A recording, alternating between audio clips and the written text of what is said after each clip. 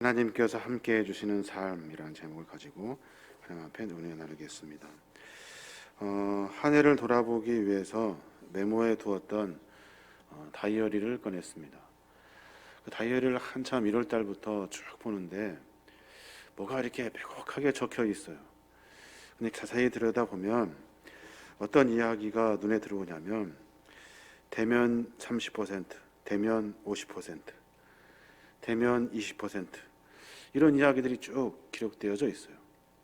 코로나19로 인해서 우리가 예배 드릴 때 어떤 방역 지침에 대한 이야기가 제 다이어리에 이렇게 기록되어 있는 것을 보게 됩니다. 한 해를 들여다보면 작년도 마찬가지로 코로나로 인해서 어려움이 참 많았던 그런 한 해가 아니었나 생각해 보게 됩니다. 학교도 그렇고 직장도 그렇고 사업도 그렇고 교회도 그렇고 모든 상황 가운데 문제는 계속 반복되고 있는 것 같아요. 이 문제는 우리 인생에 끝이 없이 반복됩니다. 올해도 내년에도 그 문제는 끝이 없을 거예요. 또다시 또 다른 문제가 또 우리에게 다가오게 될 거예요. 그런데 오늘 한번 뒤돌아보아 생각해 보니 그 순간이 은혜였다는 사실을 고백할 수밖에 없습니다. 그 순간순간마다 어려움이 있었지만 지금 내가 고백할 수 있는 일은 하나님의 은혜가 아니었으면 그 일들을 해결하지 못했겠다.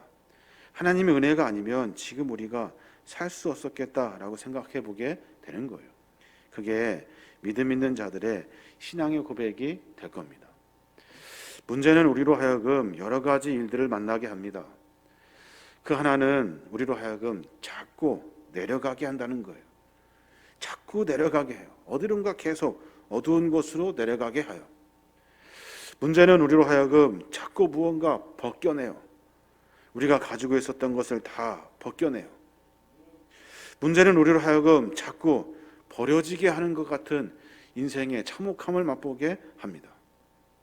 그런데 그 순간에 이 모든 것들이 다 은혜라고 고백하는 것, 이것이 신앙인들의 고백이 되는 거예요. 성경은 이 내려가고 벗겨지고 버려지고 문제 앞에 고민하고 있는 이 순간에 성경은 그것이 형통이다라고 가르칩니다. 그것이 형통이래요. 내 생각대로 일이 되는 것이 아니라 무언가 조금 얻는 것이 있어서 그것이 형통이 아니라 어렵고 힘들고 복잡하고 문제가 있고 내 인생이 막 곤두박질 치는 것 같고 내가 가지고 있는 것을 다 벗겨지고 버려지는 것 같은데 그것을 형통이다라고 가르쳐줘요. 오늘 창세기 39장에 있는 말씀에 보면 그렇게 기록하고 있어요. 여호와께서 요셉과 함께 하심으로 그가 형통한 자가 되어라고 기록해요. 여호와께서 요셉과 함께 하심으로 그가 형통한 자가 되었대요. 저는 이 본문을 참 이해하기가 힘들어요. 왜냐하면 요셉의 그 상황은 형통의 상황이 아니에요. 아무리 보아도 요셉의 삶은 형통하다고 표현하기가 어려워요. 형에게 내침을 당하고 노예로 팔려가게 되고 인신매매 당하게 되고 그리고 남의 집에 종살이를 하게 되고 노예로 살아요. 누명을 쓰고 감옥에 갇히게 됩니다. 그게 어떻게 형통이에요? 요셉의 삶의 과정은 다 생략해버리고 그의 삶을 형통이라고 말하고 있는 거예요. 그러니까 이 본문의 말씀을 가만히 들여다보면 우리의 삶의 여러 문제 가운데 형통하는 인생이 있고 형통하지 않는 인생이 있다는 것을 찾아볼 수가 있어요. 전제가 있죠. 여호와께서 그와 함께 하시면, 여호와께서 요셉과 함께 하시면 그 인생은 형통이 돼요. 우리가 볼 때는 흔전히 다 어려움이고 고난이고 형통이 아닌데 성경은 그것을 형통이라고 말해요. 그가 문제가 있어도 하나님이 함께 하시면 형통이에요. 그가 삶의 고난을 만나도 하나님이 함께 하시면 그 인생은 형통이에요. 그가 밤새 그 문제 때문에 눈물을 흘리며 하나님 앞에 기도하고 있어도 그 인생은 하나님이 함께 하시면 형통이라고요. 사울이 이스라엘의 초대 왕이 됩니다. 그래서 큰 권세를 누립니다. 하나님과 함께 하지 못하면 아무것도 아니라는 사실을 성경은 우리에게 가르쳐 주어요. 사무엘상 16장 14절에 보면 그렇게 말하죠. 여호와의 영이 사울에게서 떠나고 여호와께서 부리시는 악령이 그를 번뇌하게 한지라. 하나님의 영이 떠나면 아무것도 아닌 거예요. 세상 사람들이 봤을 때 저 사람은 참 불행하다, 인생 참 골치 아픈 사람이다 라고 말해도 하나님이 함께 하시면 형통이에요. 세상의 권세를 다 가지고 있어도, 왕이 되어도, 그 많은 부를 누려도 하나님이 떠나시면 그 인생은 불쌍한 인생이 되는 거예요. 솔로몬도 마찬가지. 아무리 큰 부귀 영화를 누려도 하나님을 떠나면 형통하지 못한 사람이 되는 거예요. 열왕기상 11장 9절에 보면 솔로몬이 마음을 돌려 이스라엘 하나님 여호와를 떠남으로 여호와께서 그에게 진노하시니라.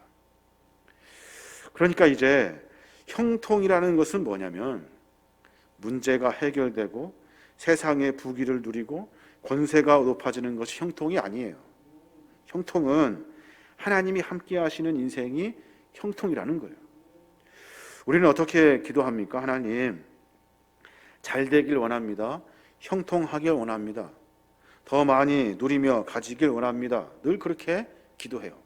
한 번도 하나님, 이 문제가 형통인 줄 압니다.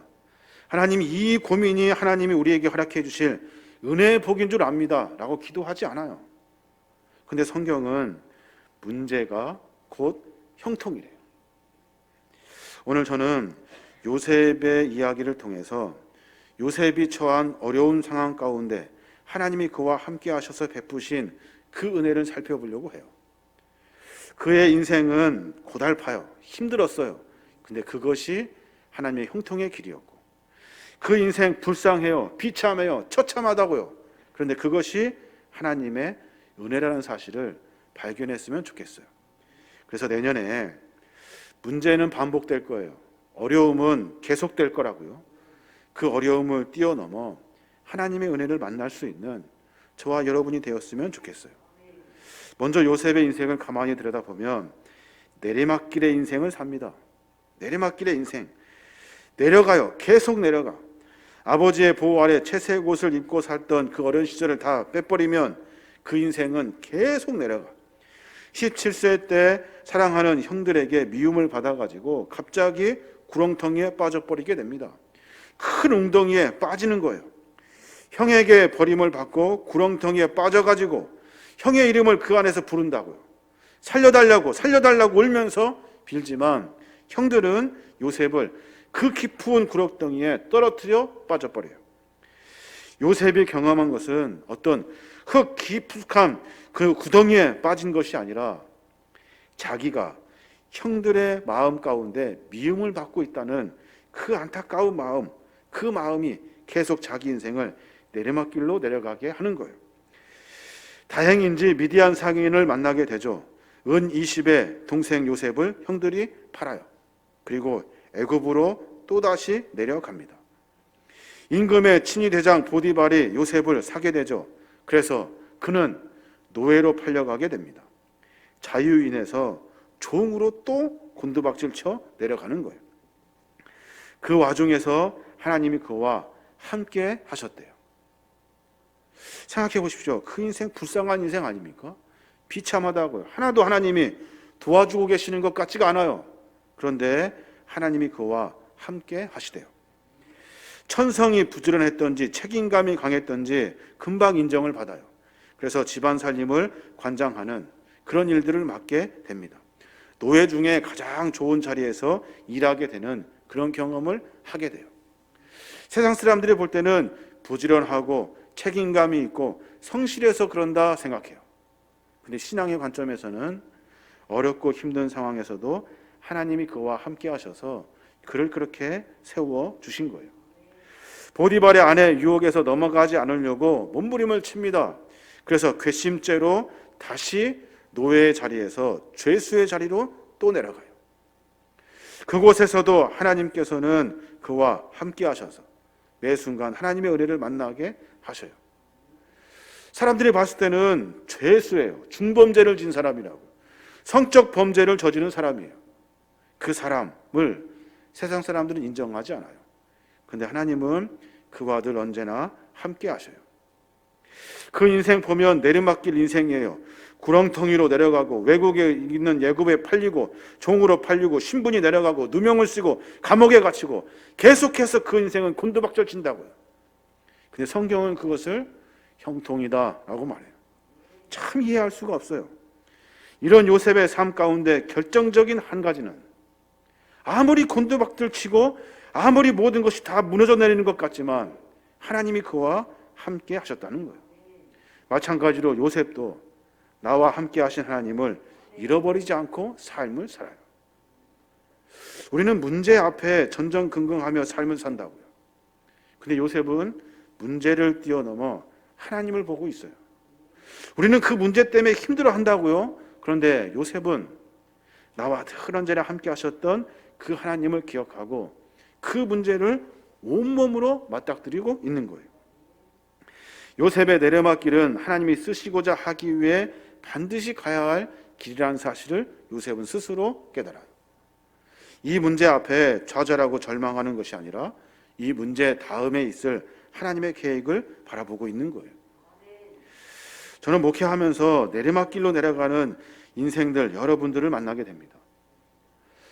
그분들 중에는 두 가지 부류가 있는 것 같아요. 하나는 고민이 있고 괴로움이 있어서 상담하려고 찾아옵니다.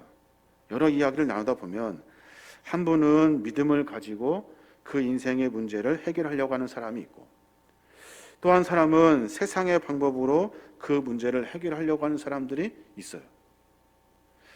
문제를 믿음을 가지고 해결하는 사람은 내리막길을 반복해서 만나도 믿음 가지고 문제를 해결하려고 하는 사람은 아무리 큰 어려움을 만나도 결국에는 하나님을 만나게 되고 하나님의 은혜를 다시 누리게 돼요. 믿음 없이 문제를 맞닥뜨리는 사람은 문제도 어려워지고 신앙도 어려워지더라는 거예요. 한이 맺혀서 주 앞에 나와 통곡으로 기도를 합니다. 맨날 며칠을 울면서 통곡으로 기도해요. 그 눈물이 은혜의 눈물로 바뀌고 한참 울다 보면 찬송이 그 입술에 나오기 시작하고 그 찬송이 눈물로 바뀌고 그리고 그 눈물을 통해서 교회에 충성하고 훌륭한 인꾼이 되더라는 거예요. 내리막길을 걸어가는 그 인생인데도 불구하고 하나님이 그의 삶을 형통하게 하신 거예요. 제가 봐도 참으로 불쌍하고 안타깝고 여러 일들이 당하고 있는 것 같지만 그럼에도 불구하고 그의 인생은 하나님의 형통을 만나고 있는 거예요. 어떤 분이 저에게 그런 말씀을 하셔요. 이제서야 내가 하나님을 만났다고. 이제서야 하나님을 만났대요. 진작에 좀 만났으면 좋을 것을 하나님이 나에게 진작에 찾아오시지 왜 이제서 찾아왔는지 모르겠다고. 건강할 때, 돈이 좀 있을 때, 힘이 있을 때 내가 주님 만났더라면 더 좋았을 것을, 더 주 앞에 충성했을 것을. 여러분 착각하지 마셔요. 엄밀히 말하면 하나님이 우리를 찾아오신 것이 아니에요. 사실 하나님은 한 번도 우리를 떠나신 적이 없어요. 우리가 돈 많고 손에 가진 것 있고 분주하고 바쁘고 우리가 가진 힘과 돈과 나이 젊음을 가지고 삶을 살아다 분주하게 그렇게 살다 보니까 나와 늘 함께 계신 하나님을 모르는 거예요. 못 본 거예요. 내가 매번 삶을 살아내면서 그것이 중요하다고 생각했는데 하나님은 늘 옆에 가까이 나와 함께 동행하고 계신 거예요. 이제 힘도 없고 이제 젊음도 없고 돈도 없고 여러 가지로 힘들어할 때 그제서야 나와 늘 언제나 함께 하신 하나님이 보이기 시작한 거예요. 그러면서 이제 찾아오셨다고, 이제 나에게 오셨다고 그렇게 고백을 하더라는 거예요. 하나님은 한 번도 우리를 떠나시지 않으신 거예요. 그런 삶의 고백이 우리 안에 있어야 하는 거예요. 그래서 요셉의 인생은 곤두박질 쳐도 그의 인생은 하나님과 함께 하기에 형통이에요. 그러니까 우리는 문제가 있을 때마다 늘 마음을 졸이며 고민을 합니다. 그 전에 신앙인들은 문제를 함께 하나님과 나와 함께 문제를 해결하시를 하나님의 그 은혜를 소망하며 삶을 살아야 하는 거예요. 또 하나 요셉은 가만히 요셉의 인생을 보면 처참하게 옷들이 다 찢겨지는 것을 보게 됩니다. 그런데 그것을 성경은 형통이라고 말해요. 요셉의 인생을 옷의 관점에서 보면 참 재밌는데 옷이 3번 강제로 벗겨져요. 처음에는 멋진 채색 옷이 벗겨지죠. 그 다음에는 노예복이 벗겨져요. 그 다음에는 죄수복이 벗겨지고 이제 총리의 옷으로 갈아입어요. 여러 가지 일들이 있어요. 옷이 다 벗겨진다고요. 처참하게 찢겨진다고요. 다른 사람들이 보기에 화려하고 좋고 멋진 옷들이 아니라 순전히 노예들이 입고 죄수들이 입는 그런 옷을 입어요. 멋진 이 옷, 아버지가 주었던 멋진 채색 옷을 다 갈기갈기 찢김을 당하고, 그리고 나서 억지로 자기가 입기 싫은 노예복을 사람들이 입혀요.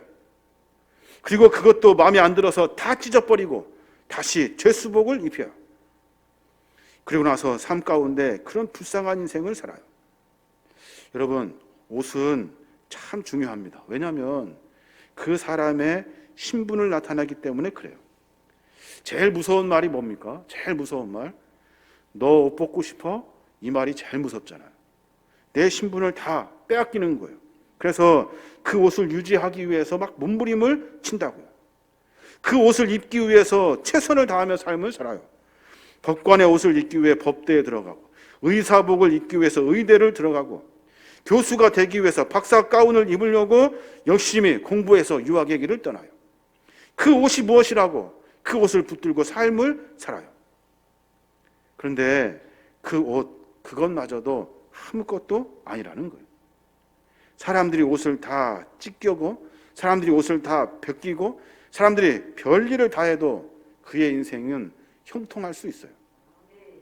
왜냐하면 하나님이 함께 하시면 된대요. 우리 인생에 고백했을 때 옷이 벗겨진다는 것은 참으로 수치스러운 일이죠. 내가 원하지 않는 옷을 입는다는 것은 정말로 비참한 일이에요. 내가 가지고 싶은 그 귀한 일들, 내가 하고 싶은 많은 일들을 다 포기해야 되는 일이기 때문에 인간이 그렇게 할 일이 만무해요. 그러지 않는다고요. 그런데 성경은 그런 상황에서도 형통이래요. 왜냐하면 하나님이 옷이 찢겨지고 벗겨지고 사람들로 하여금 많은 일을 당해도 하나님이 그와 함께 하셔서 그에게 하나님의 거룩한 옷을 예비해 두시기 때문에 그래요. 하나님의 입장에서는 사람이 입는 옷은 중요하지가 않아요. 그 마음과 삶이 중요한 거예요. 내가 지키려고, 내가 붙들려고 하는 많은 일들이 있습니다. 그런데 그것을 빼앗겼다고, 큰일 났다고, 문제라고 엉엉 울고 있지만 하나님은 이미 그 상황을 다 보시고 이미 그 앞에 미리 가셔서 우리의 삶을 준비해 주시는 거예요. 그래서 문제 앞에 사람들의 조롱을 당하며 옷이 찢겨도 형통의 인생이 되는 거예요. 시편 139편에 보면 시편의 기자가 그렇게 고백을 해요. 내가 하늘에 올라갈지라도 거기 계시며 수월에 내 자리에 펼지라도 거기 계시나이다.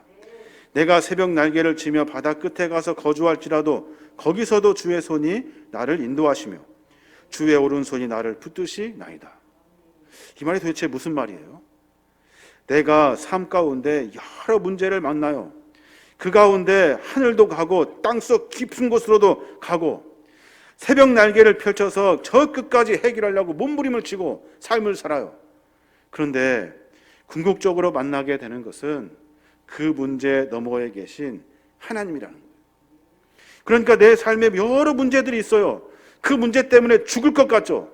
그런데 신앙인들은 그 너머에 먼저 찾아와서 먼저 계신 하나님을 만나게 되더라는 거예요. 하늘 꼭대기까지 올라가도 거기는 하나님이 계셔요. 땅속 깊숙한 곳에서 내려가는 것 같은 문제를 당해도 그곳에서는 하나님이 계셔요. 새벽 날개를 치며 끝까지, 새벽부터 밤 늦게까지 바다 끝까지 가도 지치고 또 지쳐도 거기 끝에는 하나님이 계시대요. 그러니까 문제를 문제로 보는 것이 아니에요. 문제는 하나님이 계시는 거룩한 거예요. 내 문제를 넘어서 계신 하나님을 우리가 볼 수 있어야 하는 거예요. 감옥까지 찾아오신 하나님, 죄의 자리, 노예로 살아가는 그 종의 자리까지 찾아오신 주님, 우리의 삶의 여정 가운데 주님은 늘 우리와 먼저 앞서 계셔요. 근데 우리는 늘 그것이 문제라고 생각한다고요. 또 하나 요셉의 인생을 가만히 들여다보면 버려진 자 같은 삶을 살아요. 버려졌다고요. 버려졌어요. 버려진다는 것은 참 비참한 거예요. 그런데 버려진 인생 가운데 하나님은 그것을 형통이다라고 말씀하셔요. 누군가에게 버림을 당한 적 있습니까? 버림을 당했다는 것은 참으로 마음 아픈 일이에요. 요셉은 버려진 인생을 살아요. 4번의 버려짐을 당하죠. 형들한테 버려져요. 미디안 상인에게 버려져요. 보디발 주인에게 버려져요. 그리고 술 맡은 관원장에게 버려지죠. 약속을 굳건히 해놓고서 모른다고 해버려요. 새카맣게 잃어버려요. 그러면서도 요셉은 그 안에서 하나님의 형통함을 만나요. 왜일까요? 세상에서 아무리 버려져도 하나님은 절대 버리지 않거든요. 세상에서 버림받은 것 같아요. 그런데 하나님은 절대로 우리를 버리지 않으셔요. 형통이 뭡니까? 어떤 상황을 만나느냐가 아니에요. 형통은 그 상황에서 하나님이 함께 계시다는 상태를 형통이라고 말하는 거예요. 내가 아무리 세상에서 버림받고 아무리 세상에서 내려가도 하나님은 나와 늘 언제나 함께 하셨고 나를 한 번도 버리신 적이 없어요. 그러니까 우리는 버림받은 존재가 아니에요. 하나님의 은혜를 만나는 존재예요. 사랑하는 여러분, 아무리 어려워도 아무리 세상에서 보잘것이 없어도 버려지는 성도는 없어요. 버려지는 성도는 없어요. 모두가 다 하나님의 은혜를 만나게 되어 있는 거예요. 아무도 우리를 버리지 못해요. 하나님은 절대로 우리를 버리지 않는다는 거예요.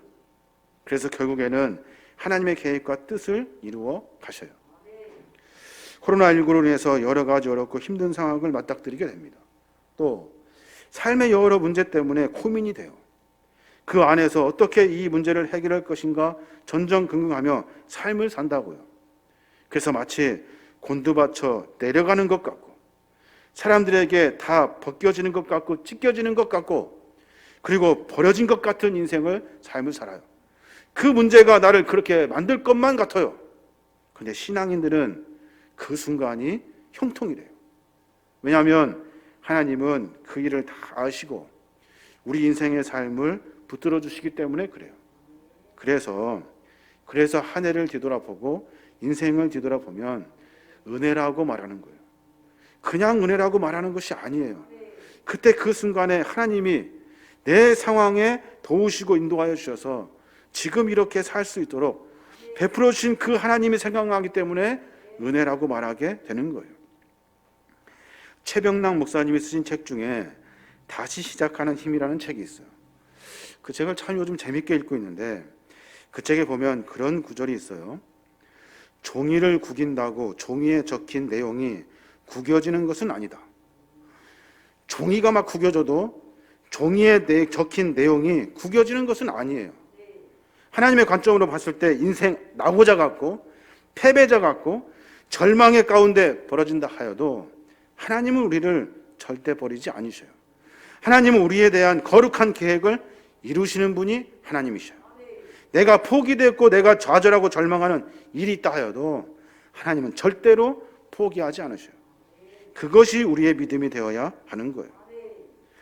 올 한 해 아무리 힘든 일이 있어도 내리막길 같은 일들이 아무리 많아도 그 안에 임재하시는 하나님의 은혜를 누릴 수 있어야 하는 거예요. 아무리 옷이 찢겨진다 하여도 벗겨진다 하여도 나를 입히시고 나에게 새로운 옷을 허락해 주시는 하나님의 은혜가 있기 때문에 그 일은 문제가 되지 않아요. 벗겨지면 다시 입으면 돼요.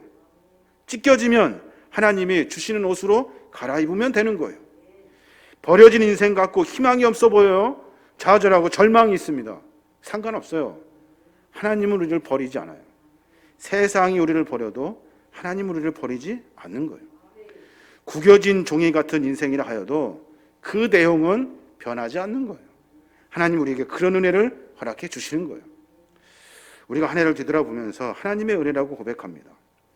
삶은, 우리 인생의 삶은 우리의 삶이 아니에요. 신앙인들은 분명하게 고백할 수 있어요. 내 인생은 내 인생이 아니라고요. 내 인생은 하나님이 계획하신 하나님의 인생이에요. 내가 할 수 있고 내가 잘하는 것이 있어서 내가 내 인생 사는 것이 아니에요. 하나님이 우리를 선택하시고 하나님이 우리를 통해서 계획하셨고 하나님이 그 일을 하시고자 우리에게 생명 허락해 주신 거예요. 그러니까 내 인생 아니라고요. 내 인생은 하나님의 인생이 되는 거예요. 그러니까 하나님이 하십시오. 하나님께 맡길 수 있는 신앙의 고백은 거기에서 나오는 거예요. 내가 뭐가 되려고 하려고 하나님을 이용하는 것이 아니라 그래서 하나님께 맡길 수 있어요. 하나님이 하십시오. 이 문제 하나님이 해결하십시오. 하나님이 나를 통한 계획이 있으시면 이 문제 해결하십시오 라고 자신 있게 기도할 수 있는 거예요. 그게 믿음과 신앙이라는 거예요. 저는 한 해를 돌아보면서 여러 생각을 해보게 됩니다. 문제가 있고 고민이 있고 아픔이 있고 괴로움이 있고 해결되지 않는 여전한 문제들이 산적해 있어요. 그 문제 내년에는 그칠까요? 반복될 거예요. 또 반복될 거예요. 왜냐하면 인생은 쓰거든요. 인생은 쓰대요. 문제가 계속될 거예요. 그 문제를 형통으로 볼 수 있어야 돼요. 그 문제는 형통이라고 고백할 수 있어야 돼요. 그 문제를 통해서 일하신 하나님, 그 문제 너머에 계획하신 하나님의 계획, 연약한 우리를 통해서 일하신 하나님의 거룩한 계획, 그 뜻을 우리가 알고 한 걸음 한 걸음 최선을 다해 전진하는 거예요. 요셉 노예로 살고 종으로 살고 비참하게 살아도 하루하루 하나님과 함께 살아요. 그러니 그 인생이 형통의 인생이 되는 거예요. 총리가 됐다고 자랑하는 것이 아니에요. 하나님께서 그를 통해서 하나님의 거룩한 백성 이스라엘을 구원하시고자 하시는 그 계획을 그를 통해 이루신 거예요. 우리의 삶의 모습을 한번 점검해 봤으면 좋겠습니다. 지금 교회 문 밖에 나가면 또 문제가 산적해 있을 거예요. 문제는 형통입니다. 어려움은 하나님이 우리에게 형통하게 하시려고 하시는 기회예요. 그러니까 그 문제를 가지고 하나님께 맡겨 형통의 은혜를 누리시기 바랍니다. 저와 여러분이 2022년도 한 해를 출발하면서 그런 믿음이 있었으면 좋겠어요. 하나님, 문제를 형통으로 보길 원합니다. 그렇군요. 하나님, 한 번도 나를 떠나지 아니하시는 하나님, 하나님은 그러셨군요. 하나님이 계시니 내 인생은 든든합니다 라고 고백할 수 있는 저와 여러분이 되시길 주님의 이름으로 축원합니다.